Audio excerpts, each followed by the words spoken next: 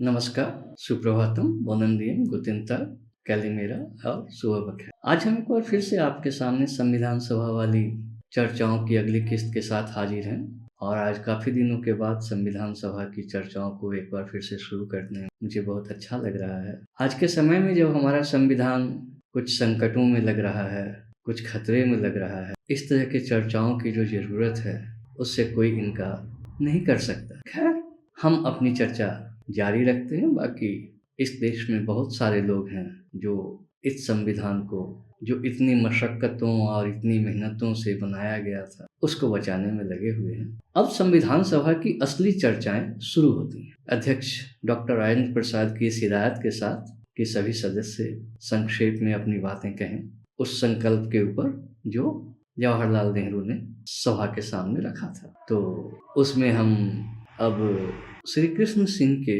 भाषण का विवेचन करेंगे, उसके ऊपर हम अपनी बात करेंगे।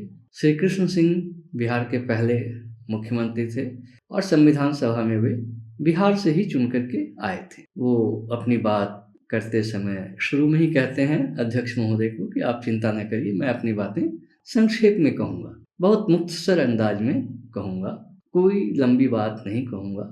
और इसके बाद जब वो अपनी बात शुरू करते हैं तो कहते हैं कि उन्हें इस बात का दुख है और उन्हें लगता है कि काफ़ी दुर्भाग्यपूर्ण बात है कि एक इतने पवित्र संकल्प के बारे में, एक इतने उम्दा संकल्प, पवित्र संकल्प, पावन संकल्प के ऊपर हमारे कुछ साथियों ने संशोधन दिए हैं। यकीनन उनका इशारा एम.आर. जैकर और कुछ दूसरे माननीय सदस्यों के तरफ था, जो कि उनमें से कुछ तो इस चर्चा को ही रोकना चाहते थे और कुछ लोग उसमें कुछ संशोधन करना चाहते थे। तो ये बात है।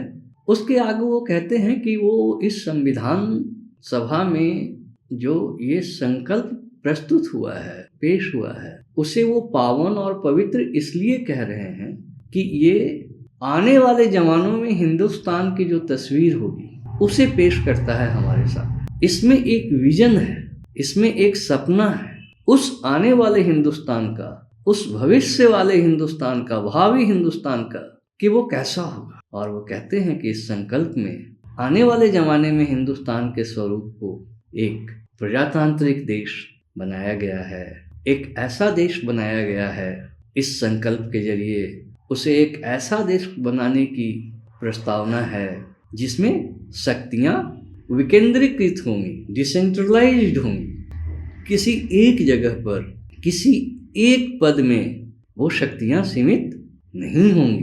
प्रजातंत्र की खूबी यही है कि ऑल आर इक्वल, कि सभी बराबर हैं। 100 लोग अगर बराबर हैं तो उनमें से सभी एक जगह पे तो खड़े नहीं हो सकते, कोई आगे होगा, कोई पीछे होगा, मगर वैल्यू सबकी बराबर होगी, मान सबका बराबर होगा। और वो एक और बात कहते कि एक तो ये डेमोक्रेसी होगी, प्रजातंत्र होगा, दूसरे इसमें शक्तियाँ विकेंद्रीकृत होंगी, कई केंद्रों में होंगी, किसी एक केंद्र में नहीं होंगी, इसमें शक्तियों के कई केंद्र होंगे। और तय बात है कि जब ऐसा होगा तो सबको साथ मिलकर काम करना होगा, एक दूसरे से लड़ते झगड़ते देश के हित में। इसके आगे वो कहते हैं कि उससे भी ज़्यादा पवित्र बात इस संकल्प में ये है कि इसके हिसाब से संप्रभुता जो है, असली सॉवरेंटी, वास्तविक संप्रभुता, यानी सारा अधिकार जो होगा वो किसके पास होगा? जनता के पास होगा, आम इंसान के पास होगा, कॉमन मैन के पास होगा, आम इंसान के पास होगा, जिसे आजकल कुछ लोग मजाक में मैंगो मैन कहते हैं, क्योंकि हिंदुस्तानी जवान में आम इंसान कहा जाता। तो आम का अर्थ लोगों ने आम लगा लिया, फल वाला आम, और उसकी अंग्रेजी बना दी मैंगो, और इंसान तो मैन है ही, तो आम इंसान यानी मैंगो मैन हो गया। तो इस तरह से लोग अब उस पवित्र शब्द का भी मजाक उड़ाने लगे। तो ऐसे लोगों को समझाना होगा कि आम इंसान का मजाक मत उड़ाओ, क्योंकि आखिरी शक्ति और सबसे बड़ी शक्ति उसी आम इंसान में है। इस देश के संविधान के मुताबिक किसी नेता, किसी एमपी, किसी सांसद, किसी विधायक, किसी प्रधानमंत्री, किसी मंत्री के पास नहीं है, वो आम इंसान के पास है। तो उसके बाद फिर वो कहते हैं कि ये जो मामला है, संप्रभुता का मामला जो है, वो कोई छोटी चीज़ नहीं है जो हमें दी जा रही है। हमारी जनता को दी जाए। और आज हम सब यहाँ इकट्ठे हुए हैं इसीलिए कि हम इस संकल्प के आधार पर एक संविधान बनाएं। और हमारा आज यहाँ पर इकट्ठा होना कोई छोटी मोटी बात नहीं है, ये भी एक बहुत बड़ी बात है। हम यहाँ एक हक के आधार पर एकत्र हुए हैं, जमा हुए हैं। और वो हक क्या है? वो हक वो है जिसे कि मानवता ने, इंसानियत ने सदियों के संघर्ष और सदियों के जद्दोजहद और जंग से हासिल की है। बहुत संघर्ष करके, बहुत लड़ भीड़ करके इंसानियत ने वो हक हासिल किया जिस हक के तहत आज उतने सारे लोग संविधान में बैठे हुए हैं। आज इतने सारे लोग संविधान में बैठे हुए हैं, संविधान सभा में बैठे हुए हैं, संविधान बनाने की कोशिश कर रहे हैं। तो ये एक बहुत बड़ी बात, और हमें इसे कतई नहीं भूलना चाहिए कि हम सब यहाँ ऐसे किसी के रहमो करम से या किसी की दया की वजह से नहीं आए हैं।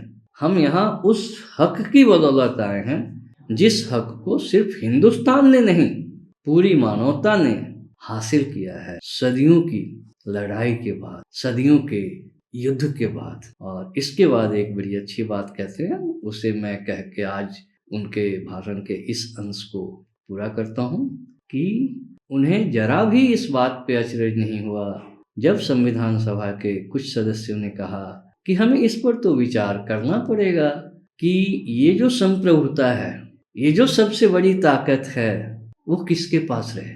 जनता के पास रहे, जनता के चुने हुए लोगों के पास रहे, या जनता के चुने हुए लोग जिसको चुनते हैं उनके पास रहे। आप समझ गए होंगे। इस देश में 3 लेवल हैं सत्ता के। सबसे पहले तो हमारी ग्राम पंचायतें, नगर परिषद हैं, उसके ऊपर सांसद, विधायक लोग हैं, राज्य सरकारें हैं, और उसके ऊपर केंद्र सरकार है, सांसद हैं, और उन सब के ऊपर राष्ट्रपति महोदय हैं, राष्ट्रपति महोदय होते हैं।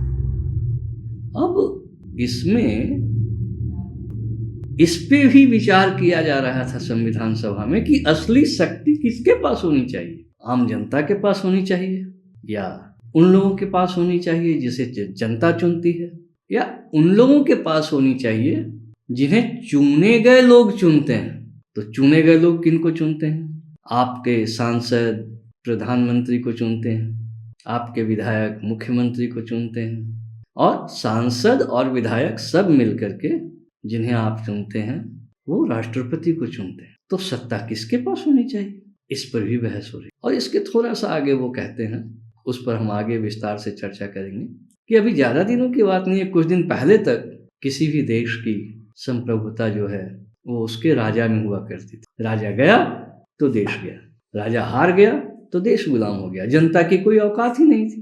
ये शतरंज का खेल आप सभी जानते होंगे, उसमें बाकी जितने भी मुहरे होते हैं उनकी कोई औकात नहीं होती है, सिर्फ राजा की औकात होती है। राजा जब तक बचा रहता है तब तक खेल चलता रहता है, जिस समय राजा को मात मिल गई खेल खत्म, और जो राजा को मात देता है वो जीत जाता है। तो ये शतरंज का खेल पुराने जमाने का खेल है। ये इस जमाने के हिसाब से ये खेल नहीं है। इस जमाने के हिसाब से तो जब तक एक भी प्यादा जिंदा है, बचा हुआ है, किसी देश की सत्ता पे किसी दूसरे देश का हक नहीं होना चाहिए। मगर हम आजकल वाकई उल्टा देख रहे हैं। अभी कल परसों की ही बात है, वेनेजुएला के राष्ट्रपति को रात के अंधेरे में अमेरिका के सैनिक उठा के लेके चले गए। अब आप सोच लीजिए किस किस्म की गुंडागर्दी चल रही है। जनतंत्र के कम से कम 100 साल के राज के बाद, कम से कम दुनिया के अधिकतर देशों में 1950-1960 के बाद से तो अधिकतर देशों में प्रजातंत्र है ही।